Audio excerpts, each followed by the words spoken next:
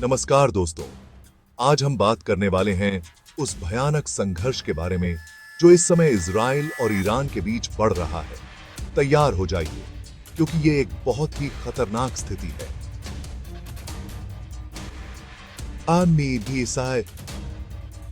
अक्टूबर की रात हालात बहुत ही बिगड़ गए। ईरान ने इजराइल पर 180 से अधिक बैलिस्टिक मिसाइलें दागीं।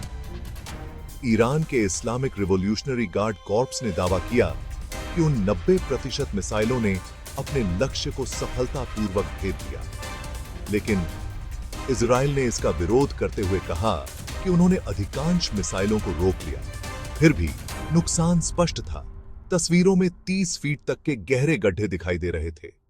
यह हमला इस क्षेत्र में बढ़ते तनाव का सीधा परिणाम है, जो पिछले साल हमास द्वारा इजराइल पर हमले के बाद और बढ़ गया था।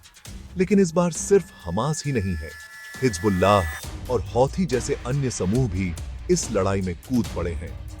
हम यहां एक संभावित क्षेत्रीय युद्ध की ओर देख रहे हैं दोस्तों, और इसके वैश्विक प्रभाव हैं। तो इजराइल ने क्या प्रतिक्रिया दी? प्रधानमंत्री नेतन्याहू ने स्पष्ट शब्दों में कहा। उन्होंने इस हमले को एक बड़ी गलती बताया और ईरान को कड़ी प्रतिक्रिया की चेतावनी दी। उन्होंने इस बात पर जोर दिया कि ईरान को इजराइल की अपनी रक्षा के प्रति प्रतिबद्धता को कम नहीं आंकना चाहिए। यह पहली बार नहीं है जब ये दोनों देश आपस में भिड़े हैं। इजराइल और ईरान के बीच दुश्मनी दशकों पुरानी है, जो 1930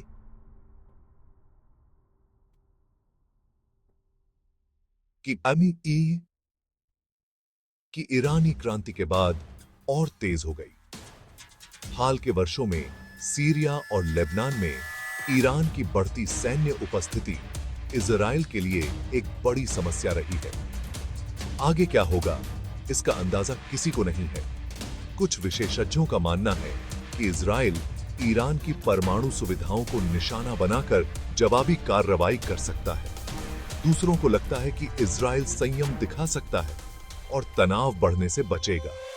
अंतर्नेशनल समुदाय भी निष्क्रिय नहीं बैठा है।